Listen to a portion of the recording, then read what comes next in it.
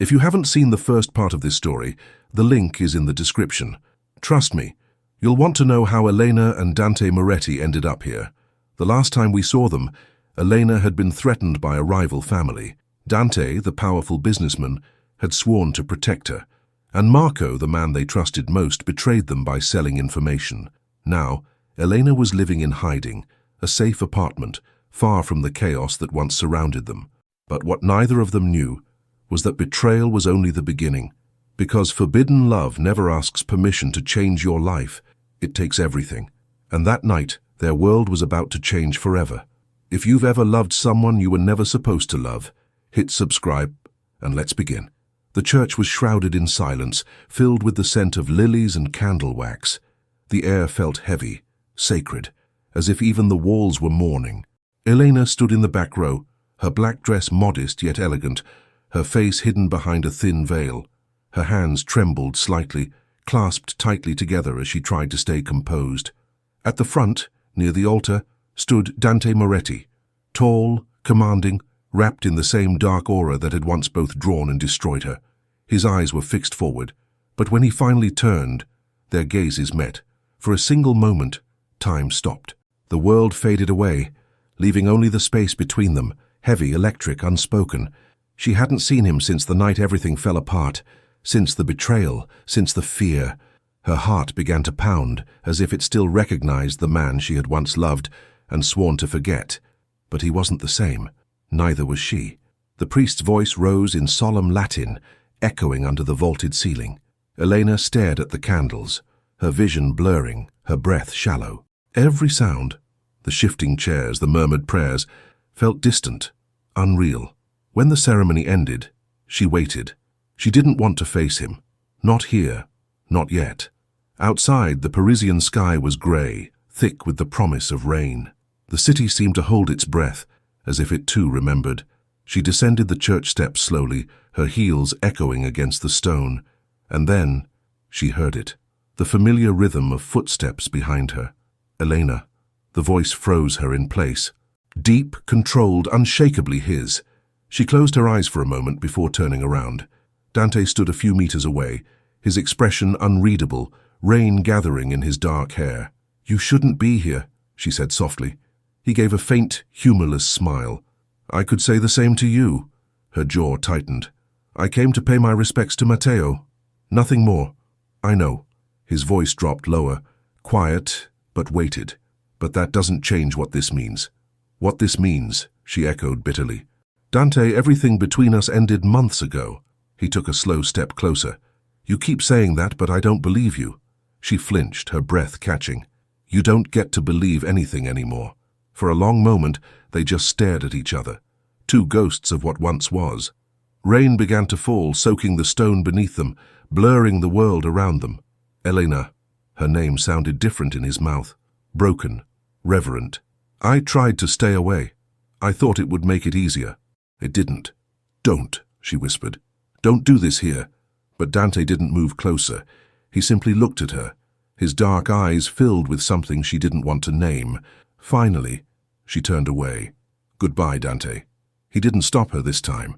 He only watched her walk away, her figure swallowed by rain, her silence heavier than any words he could have said. And for the first time in his life, Dante Moretti realized that losing her hadn't been punishment. It was the beginning of atonement. The apartment was quiet, too quiet. Every sound and the ticking clock, the distant hum of the city, seemed louder than it should. Elena hadn't slept in days. The curtains were drawn, letting only a thin stripe of morning light fall across the floor. She sat on the edge of the couch, phone in her hand, waiting for news that would never come. When the knock came, she froze. Her pulse jumped, her body instinctively tensing. Elena. That voice again, deep, controlled, dangerous. She didn't move. He called her name once more, softer this time, before the lock clicked and Dante Moretti stepped inside. He looked different. The same sharp jaw, the same eyes that could command an entire room. But now there was something else behind them, something almost human. "What are you doing here?" she asked quietly, her tone neither surprised nor welcoming. "I needed to see you," he said simply. Elena rose slowly, keeping the couch between them. "You shouldn't have come." You say that every time, he replied, and yet you never really mean it. Her voice broke into a whisper. You think you know me so well. I used to, Dante said, until I ruined everything. The silence stretched, thick and unbearable.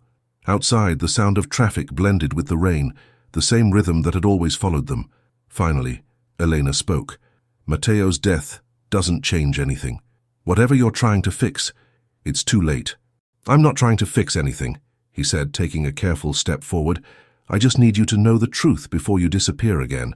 Her brow furrowed. What truth? Dante's voice dropped. Marco wasn't the only one who betrayed us. Elena's breath caught. What are you talking about? He hesitated, then said, There was someone inside my own house. Someone close to me. I thought keeping you hidden would protect you. But I was wrong. You always are, she said, her voice trembling. Because you don't understand what protection means. It's not about control, it's about trust. He looked down, jaw clenched. And I lost both. She turned away, trying to hold back the tears. Dante, you didn't just lose me. You destroyed what we could have been. He closed the distance between them, his tone raw. I know, but tell me, Elena, have you stopped thinking about that night? About what we had? Her eyes met his, defiant, wounded, honest. I think about it every day, she admitted. And that's exactly why I can't go back. He reached out but stopped inches from her hand. Then let me carry the guilt alone, he whispered. You don't deserve to live in the ashes I made. Elena stepped back, shaking her head.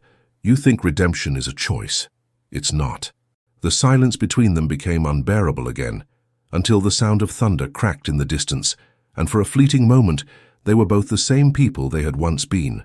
Two souls who had loved in secret and lost everything for it. Dante hadn't expected her to accept his invitation. When she said yes, after a long silence that felt like a lifetime, he knew it wasn't forgiveness. It was something else. Maybe a test, maybe a goodbye. The restaurant was elegant and quiet, tucked away on a narrow street near the Seine. Candlelight reflected on the glasses, the scent of wine mingling with soft piano notes in the background. Eleanor arrived wearing a simple ivory dress. Her hair was loose, her expression calm, almost unreadable. When Dante saw her walk in, the air around him changed, just as it always did. She sat down without a word. The waiter filled their glasses, and the silence between them settled like smoke. It feels strange, she said finally, her eyes fixed on the tablecloth. What does? He asked, sitting here like two normal people having dinner. He allowed a faint smile. Maybe we were never normal people, Eleanor. Her lips curved slightly, not quite a smile, but close. You're right. We were too good at pretending. Dante leaned forward, his tone low. I don't want to pretend anymore. Eleanor's eyes lifted to his. For a brief moment something in her softened, the wall between them flickering. But then she looked away again.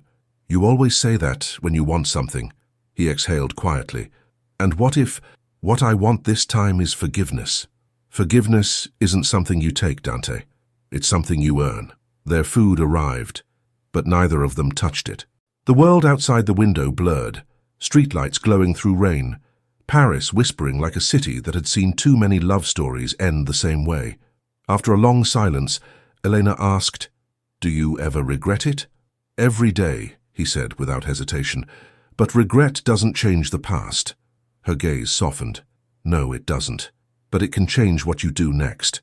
He studied her face, the same face he had once memorized in the dark, the same voice that could still undo him with a whisper. I don't want you to disappear again, he said, not like before. I'm not the girl who ran away, Dante, and you're not the man I loved. Her words hit him harder than any betrayal ever could, but she wasn't wrong. The man he used to be no longer existed, and maybe that was the only reason she was sitting there at all. When the rain stopped, Dante walked her to the car. They stood under the dim streetlight, their reflections caught in the wet pavement. I know you're leaving again, he said quietly. She didn't deny it. It's safer that way. He nodded, his voice breaking. Then let me at least know where to find you, in case everything falls apart again. Elena looked up at him, her expression torn between love and self-preservation. Maybe that's the problem, Dante. Everything already fell apart. We're just pretending there's something left to save. For a moment, he thought she would walk away, but instead, she reached out and brushed his hand with hers.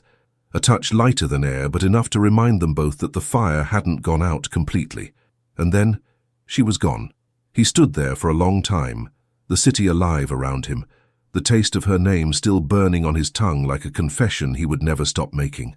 The following days passed in uneasy silence. Elena tried to convince herself that the dinner had meant nothing, that seeing him again hadn't changed anything. But every time her phone rang, her pulse quickened. Every time she heard footsteps outside the door, she froze. Something in the air had shifted, the kind of quiet that comes before a storm. She was arranging some papers on the table when the doorbell rang. Her body went cold. She hadn't been expecting anyone. "Elena?" The voice was low, cautious, Dante's. She opened the door, and before she could speak, he stepped inside, locking it behind him. "What are you doing here?" she whispered. He didn't answer right away. His face was tense, his jaw tight. "You need to pack your things," he said. Now, her stomach dropped. "Why?" "They found the safe house." She blinked, disbelief flashing across her face. "That's impossible." "I wish it were," he said grimly. "Matteo's death wasn't random. Someone wanted him out of the way. And now they're coming for you." She stepped back, her hands trembling. No, you said—" "I know what I said. I thought you'd be safe here. But I was wrong." Elena's mind raced. "Who?" Dante hesitated. "Julia." Her heart skipped. "Your sister?" He nodded slowly. "She's been working with Rousseau. They think you still have the file Matteo was protecting." Elena's voice broke. "You think I would keep something like that?"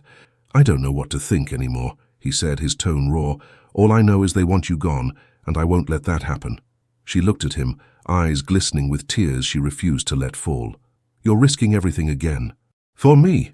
Dante took a step closer. "I already lost everything once. I won't lose you again." "Don't make promises you can't keep," she said softly. He gave a faint, tired smile. "This is the only one I intend to keep." Outside, the wind howled through the Parisian streets. He grabbed her bag, tossing a few of her things inside, urgency written across every movement. "Where will we go?" she asked, voice shaking. "I have a place near Milan," he said. "No one knows it exists." Her eyes widened. "You mean your mother's estate?" He nodded. "It's the last place they'll look." She hesitated. That house held too many ghosts, too many memories of what they had lost. "Dante, we can't go back there." He met her gaze. "We don't have a choice." For a long moment, neither moved. Then she nodded slowly, the fight leaving her. As they stepped out into the night, the city lights flickered against the rain-soaked pavement. Every sound felt sharper, every shadow closer. And as Dante's hand found hers, Elena knew, once again, that love had never been their salvation. It had always been their undoing. The highway stretched endlessly beneath the night sky, a ribbon of silver cutting through the darkness. Rain fell in fine streaks across the windshield, and the headlights carved fleeting paths through the mist. Eleanor sat in silence beside Dante, her fingers intertwined nervously in her lap. Every few minutes she glanced at him, at the hard line of his jaw, at the tension in his shoulders, at the way he gripped the steering wheel, as if the world might fall apart if he let go. Neither of them spoke for hours. Only when the lights of the city faded behind them did Dante finally break the silence. "You're cold." He reached for the jacket in the back seat and placed it gently over her shoulders. "Thank you," she murmured. Her voice was soft, almost fragile, but it was enough to remind him that she was still there, still real. After a while, she asked quietly, "How long will it take to get there?" 4 hours, maybe 5, he said, without looking at her. "If we're lucky." "And after that?" He hesitated. "After that, we disappear for a while. Let things calm down." Elena stared out the window, watching the rain chase itself across the glass. "You make it sound easy." "It's not." His tone was low, controlled. "But it's what I know." She turned to him, studying his profile, the shadowed cheekbones, the tired eyes. "This isn't living, Dante. This is surviving." "I've been surviving my whole life," he said. "Until you." The weight of his words filled the car, heavy and unspoken. Elena looked away, her throat tight.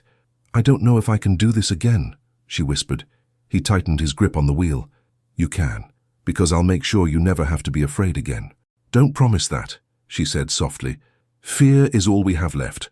For a long time there was only the sound of the rain. Then, as if on instinct, Dante reached over and took her hand, his fingers rough and warm against hers. They didn't speak again. They didn't need to. Hours later, as dawn began to break, the Italian countryside unfolded before them, rolling hills, vineyards shrouded in fog, and the faint outline of the old Moretti estate in the distance. Elena's breath caught. She remembered the place from long ago, stories Dante had told her about his childhood, about the summers spent running through the fields before the world turned dark. "It's beautiful," she whispered. "It's safe," he replied. When they reached the gates, the heavy iron creaked open at Dante's code. The villa stood in silence, the kind that felt both ancient and watchful. He parked the car, turned off the engine, and for the first time in hours, let out a slow breath. "We're here," he said quietly. Elena didn't move. Her gaze lingered on the house, on its tall stone walls and shuttered windows. "It feels like a ghost is waiting inside." Dante gave a faint smile. "Then let's haunt it together." He stepped out first, the gravel crunching under his shoes, and walked around to open her door. When she stepped out, the morning air hit her, cold, fresh, almost unreal after the suffocating city. And for the first time in what felt like forever, Elena let herself believe, just a little, that maybe they could still find peace among the ruins. The first light of dawn spilled across the old villa, sliding through the half-closed shutters. The silence felt almost sacred, broken only by the distant song of birds and the hum of wind through the olive trees. Elena woke slowly, wrapped in the unfamiliar softness of clean linen. For a moment she didn't remember where she was. Then the scent, cedar, rain and faint cologne, brought everything back. She sat up, her gaze wandering across the room. Tall ceilings, stone walls kissed by sunlight, and a chair in the corner where Dante's jacket hung. He had stayed awake most of the night, guarding the door like the man he used to be. When she stepped outside, the air was crisp.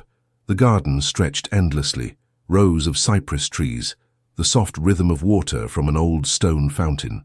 For the first time in months there was no fear in the air. Dante stood near the veranda, coffee in hand, his shirt sleeves rolled up, his hair tousled from exhaustion. When he saw her, his expression softened in a way that caught her off guard. "You're awake," he said. "I couldn't sleep," she replied, her voice still quiet from the night before. He gestured toward the cup waiting on the table. "You should eat something." Elena smiled faintly. "You still think coffee counts as breakfast?" He chuckled softly. "It did once upon a time." They sat together in silence for a while, the kind that didn't hurt anymore. The sun was rising over the hills, painting the villa in gold. "It's strange," she said after a long pause. "How peaceful everything feels, like the world forgot about us." "Maybe it did," he said. "Maybe that's not such a bad thing." She turned to him. "You could have left me, Dante. You should have." He met her eyes. "Don't ask me to be someone I'm not." "Who are you then?" He looked out toward the horizon.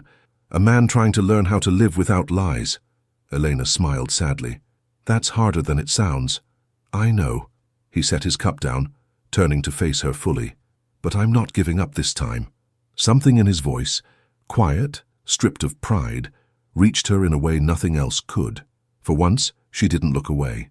The wind picked up, carrying the scent of rain and earth. She closed her eyes, breathing it in. For the first time in a long time, the ache in her chest didn't feel like pain. It felt like the beginning of something fragile and real, something worth protecting. And as the morning light grew stronger, Elena realized that maybe the world didn't have to forget them. Maybe it just needed to give them one more chance. Because that was it, wasn't it? She had chosen this. She had chosen him. And now she had to live with the consequences, even if those consequences felt more and more like disappearing. The change came on a Thursday morning. Elena was in the kitchen making coffee when she heard raised voices from Dante's office. He'd come home late the night before and left before she woke up, but apparently he had returned. She moved quietly closer. The door was slightly ajar. "You can't keep doing this, Dante." A younger man's voice, Italian accent, sharp and familiar. "It's been 2 months. 2 months since this business war started.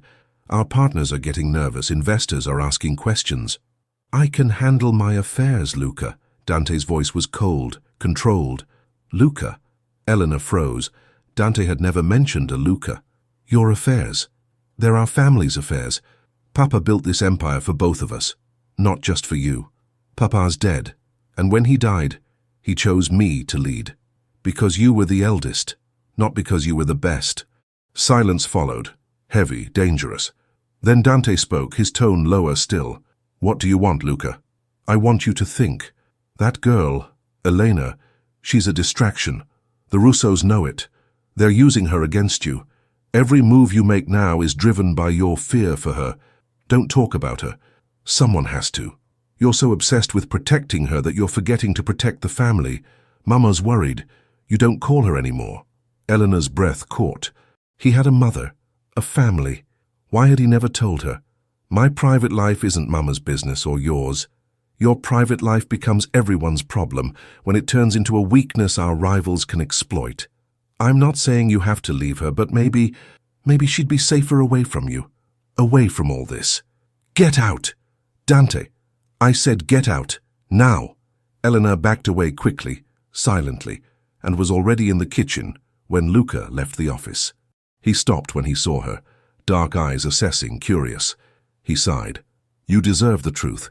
Dante's so focused on protecting you from the world that he forgets to protect you from reality.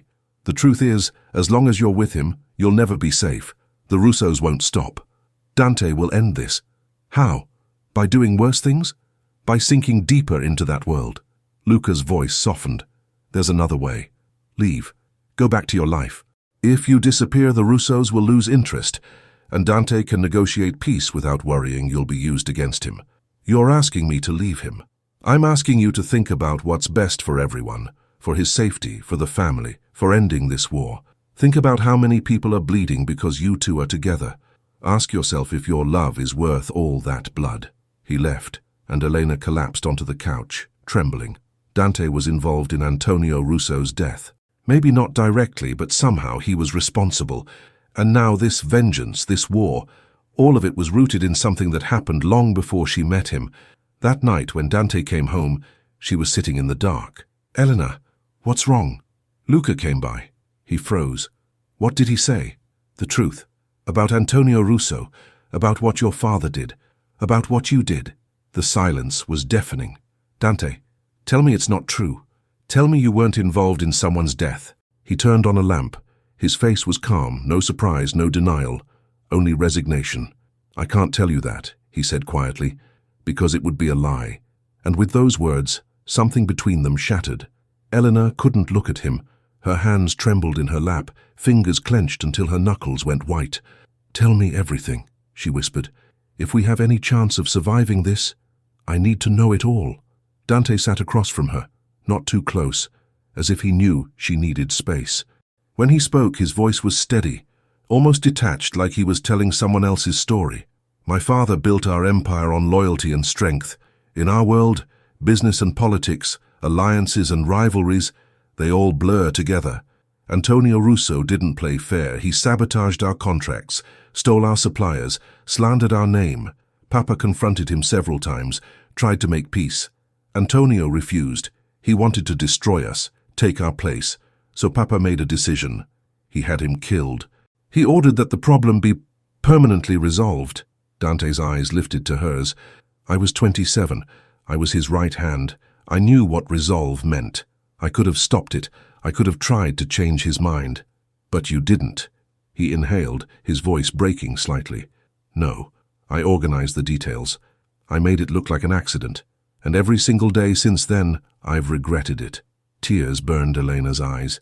"Someone died, Dante. A man with a family. People who loved him. I know. And now his family wants revenge by using me. I know." He leaned forward, elbows on his knees. "That's why I never told you, not because I didn't trust you, but because I knew that if you saw this part of me, you'd look at me exactly like you are now. And how am I looking at you? Like a stranger, like a monster." She wanted to deny it, to say she didn't, but she couldn't, because part of her did. The man she loved, the one who kissed her so tenderly, who whispered in Italian against her skin, who made her breakfast and smiled at her every morning, that same man had orchestrated someone's death. "I don't know what to feel," she admitted. "Feel whatever you feel," he said softly. "I won't tell you it's unfair. My father died 6 months after Antonio. Heart attack, maybe karma, I don't know. Before he died, he told me his greatest regret was choosing vengeance over peace." Dante turned toward the window, the city lights reflecting in his eyes. "I tried to do things differently, to make our business cleaner, more legitimate. But the past never stays buried. The Russos never forgot, never forgave. Luca says I should leave, that as long as I'm with you, this war will never end. He turned sharply. Is that what you want? To leave?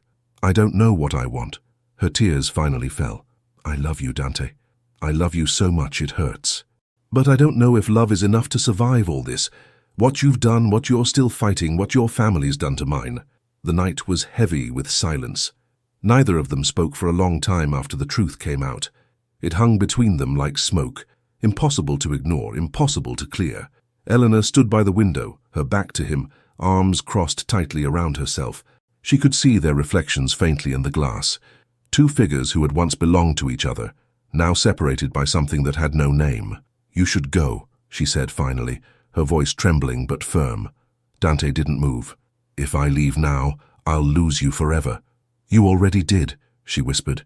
You just didn't notice when it happened. He took a step closer. Elena, don't. She turned sharply. Don't come near me. Not now. Not after this. He froze. For once, he didn't try to control the situation, didn't use his voice or his power to change her mind. He simply stood there, helpless. I didn't want you to find out like this, he said quietly.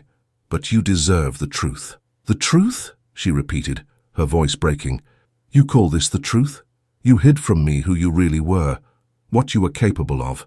You let me believe I was safe with you. You were safe, he said. She laughed bitterly. Safe? In what world? Every moment I've spent with you has been a lie built on fear and blood. Eleanor, do you even hear yourself? She interrupted, tears streaming down her cheeks. You think you can keep me locked away, protected from everything, when the danger is you? It's your choices, your family, your past that brought all of this? He clenched his jaw, eyes burning. You think I don't know that? You think I sleep at night knowing the man I used to be is still inside me? Then maybe it's time you finally face him, she shot back. He exhaled, shaking his head slowly. You don't understand. That world doesn't let you go. It doesn't forget. Then maybe I should be the one to leave it. The words cut through the air like a blade. Dante stepped closer again, voice raw, unguarded. If you go, they'll find you. They'll use you against me again. It'll never end. Her tears fell faster. Maybe it doesn't need to end. Maybe I just need to stop being part of it. He stared at her for a long moment, the muscles in his jaw tightening. Then quietly, You're not just part of it anymore. You're the only part that still keeps me human. She wanted to hate him for saying that, for making it sound like love was the chain that kept her trapped. But when she looked into his eyes, she saw it, the pain, the guilt, the desperate hope that maybe she could save him. And that was the cruelest truth of all, because deep down she still wanted to. She took a step back, her hand trembling as she pointed toward the door. Go, Dante, please. He didn't move. His voice cracked when he finally spoke.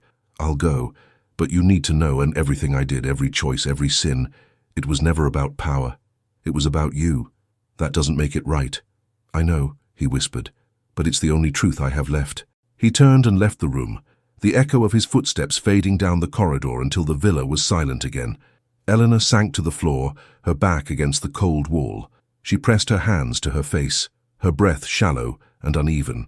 For the first time since meeting him, she truly felt alone, not because he was gone, but because she knew. The woman she had become with him could never go back to who she was before. Hours later, dawn crept through the windows, spilling pale light across the marble floors. Eleanor stood in front of the mirror, eyes red, her reflection foreign. The door creaked softly. She turned, expecting Dante, but it was Luca. He stepped inside quietly, his expression somber.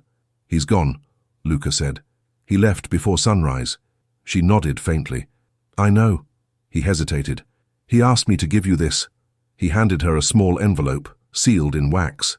Her fingers trembled as she opened it. Inside, a note in Dante's handwriting. I'll make it right. Even if it costs me everything, don't wait for me. Elena's tears fell onto the page, blurring the ink. Luca watched her for a long moment before saying softly, He meant every word. My brothers made many mistakes, but loving you wasn't one of them. She smiled through her tears, broken and beautiful. Sometimes love is the biggest mistake of all. When Luca left, Elena walked outside onto the terrace. The hills of Milan stretched before her, quiet, endless, golden in the rising sun. And though her heart ached with everything she had lost, for the first time, she understood what freedom really meant. It wasn't escape. It was surviving the truth and still being able to breathe.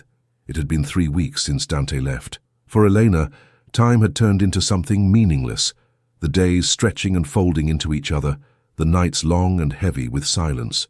She tried to rebuild a routine, to find solace in ordinary things, watering the plants, reading books she couldn't finish, walking through the vineyards at dusk. But every corner of the villa still carried him. His voice echoed in the empty halls. His scent clung to the air. Even his absence had weight. Luca visited occasionally, bringing food, sometimes news. But most days he said nothing. He just looked at her, quietly, compassionately, as if words would make things worse. One afternoon she found him sitting on the terrace, phone in hand, face tense. When he saw her, he stood immediately. "Elena, there's something you should know." Her heart skipped. "What is it?" "It's Dante." The world seemed to still. "What about him?" "He's in Rome," Luca said carefully. "He met with Russo's men." Elena froze. "That's suicide. He went alone. No guards, no backup. He said it's the only way to end this without more blood." She shook her head in disbelief. "He'll get himself killed." Luca sighed, his voice thick with worry. "He said he wouldn't come back until it was done, until you were safe." Her chest tightened.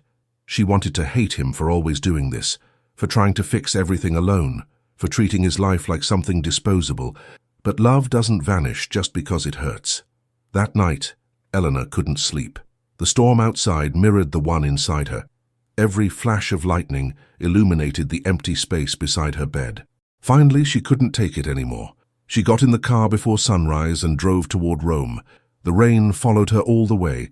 The city was waking when she arrived. Through the window of an abandoned warehouse near the river, she saw them. Dante standing in front of 3 men, one of them unmistakably Adrian Russo, Antonio's son. Her pulse raced as she crept closer. Dante's voice was steady, low. "I'm not here to fight. I'm here to end this." Adrian laughed bitterly. "End this? You killed my father." "I didn't pull the trigger," Dante said, "but I gave the order. I won't deny it." "Then why shouldn't I kill you right now?" "Because killing me won't bring him back, and it won't stop the blood that will follow. I'm offering peace, not for me, but for her." Adrian's expression shifted. "The girl?" "Yes," Dante said. "Elena has nothing to do with our war. If you want revenge, take it on me." For a long moment, no one spoke. Then Adrian stepped closer. "You think dying will fix this?" "No," Dante said, "but maybe it'll stop it from getting worse." The sound of a gun cocking filled the air. Elena burst through the door before she could stop herself. "Don't!" she cried. Dante turned, shock flashing across his face. "Elena, what are you doing here?" "I couldn't let you do this," she said, breathless, trembling. "If you die, none of this will mean anything." Adrian's gun stayed raised. "She came here for you. How poetic." "Please," Elena said, stepping forward. "This has to end. I know what he did. I know how much you've lost. But if you kill him now, you'll lose yourself too." For a moment, Adrian's hand trembled. Then he lowered the weapon slowly. "Leave Milan," he said coldly. "Both of you. If I ever see either of you again, peace is over." Dante exhaled, relief and disbelief washing over his face. He turned to her, eyes filled with everything he hadn't been able to say. "You shouldn't have come," he whispered. She smiled faintly, tears mixing with the rain. "You knew I would." They drove back in silence. The storm had passed, leaving the world washed clean. When they reached the villa, Dante stopped the car, but didn't move. "I meant it," he said. "If he'd pulled that trigger, I wouldn't have fought back." "I know," she said softly. "That's why I couldn't let him." He turned to her, his expression breaking. "A man undone. I don't deserve you, Elena." "Maybe not," she whispered, "but you're the only one I've ever wanted." He reached for her hand, fingers brushing lightly against hers. This time, she didn't pull away. Outside, the sun was rising over Milan, casting a golden light across the fields. It felt like the world was holding its breath again, but this time it wasn't out of fear. It was hope. The villa was quiet again, but this time the silence didn't feel like absence. It felt like rest. A week had passed since Rome, since the confrontation, since the storm that nearly swallowed them both. And now everything had changed. The war was over. The Russos had agreed to peace. Dante kept his word. He dismantled what remained of his father's empire, the darker parts, the corrupt ties that had haunted the family for generations. Luca took over what was left of the business, promising to rebuild it clean. And for the first time in his life, Dante allowed himself to stop running. Elena stood on the balcony looking out at the hills.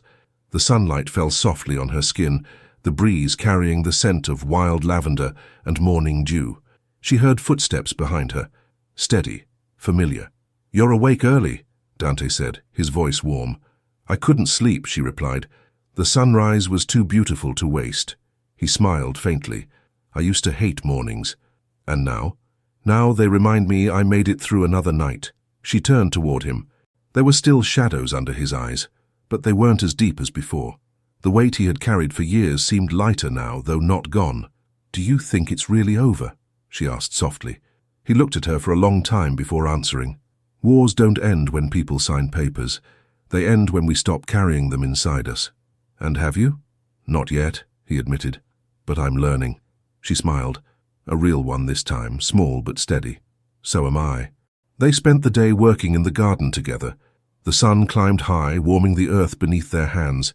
It was simple, pulling weeds, planting seeds, but it felt like a kind of redemption neither of them had dared to imagine. At one point, Dante stopped, wiping the sweat from his forehead, and watched her quietly. "What?" she asked, noticing his gaze. "Nothing," he said, a soft laugh in his voice. "Just, you look like peace." She looked down, cheeks flushed. "And you look like someone who's finally learning what that means." He stepped closer, brushing a stray lock of hair from her face. His touch was gentle, reverent, the way someone touches something they never thought they'd hold again. "Eleanor," he whispered, "do you regret staying?" She shook her head slowly. "No, because staying isn't weakness. It's choosing to believe in something even after everything's broken." He smiled, the kind of smile that reached his eyes. "And you still believe in me? I believe in the man you're trying to become." He leaned in then, his forehead resting against hers.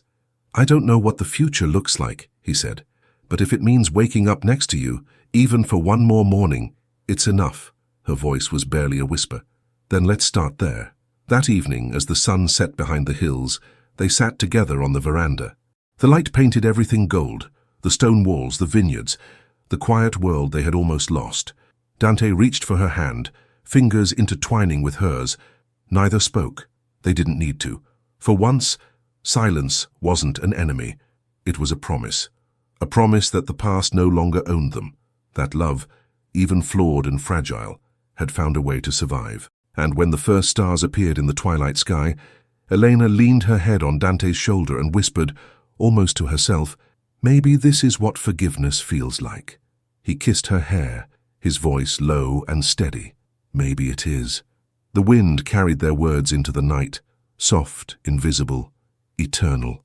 A year had passed since that night in Milan, a year since everything had changed, and it felt like time had stretched and folded in on itself, long enough to heal, but not so long that it could erase the scars they both carried. They had moved to a new house, a home they built together, far away from the shadows of their past.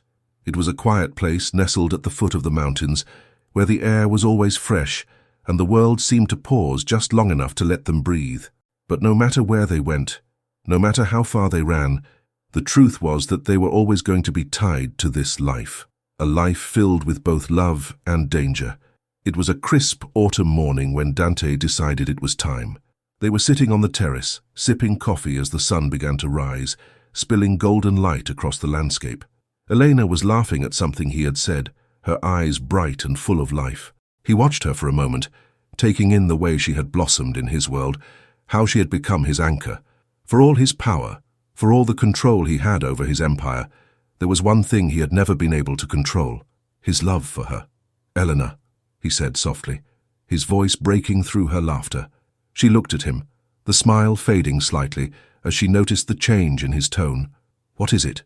He stood and walked over to where she sat, his heart pounding in his chest. For a moment, he just watched her, the woman who had completely undone him, who had taught him what it meant to live beyond fear. He knelt before her, taking her hands in his. "Elena," he began, his voice low. "There are many things in my life I can control. I can control the business, the men who work for me, my destiny, but there is one thing that has never been in my hands, and that is you. You are the best thing that has ever happened to me. The one thing I never knew I needed." Her breath caught, her hands trembling in his. "I know I'm not the kind of man who believes in fairy tales, but if love is a story, then you're the ending I never expected, but the one I've always wanted." He reached into his pocket and pulled out a small velvet box. "Elena Costa," he said, opening the box to reveal a ring that sparkled in the morning light. "Will you marry me?" She stared at him for a moment, her eyes wide with disbelief. The man who had once walked into her life like a storm was now here, kneeling before her with the gentleness of someone who had fought for something he was ready to lose. For a moment, everything went quiet. It was just the two of them, the world fading into the background, leaving only the weight of the question hanging in the air. She had never imagined this. She had never imagined a life like this, where love wasn't just something to be feared, but something to be embraced. "Yes," she whispered, her voice thick with emotion. "Yes, I will marry you." He stood, pulling her into his arms, and kissed her deeply. The kiss was soft, tender, but it carried all the weight of what they had been through, all the pain, the fear, and the redemption. When they pulled away, Eleanor looked up at him, her heart full. "I love you." Dante smiled, his eyes shining with something softer than he had ever allowed anyone to see. "I love you too, more than you could ever know." And in that moment, there was nothing left to fear. No more shadows, no more secrets. Just the two of them standing in the light of the life they had built, ready to face whatever came next, together. That evening, as the stars filled the sky, they sat together on the terrace.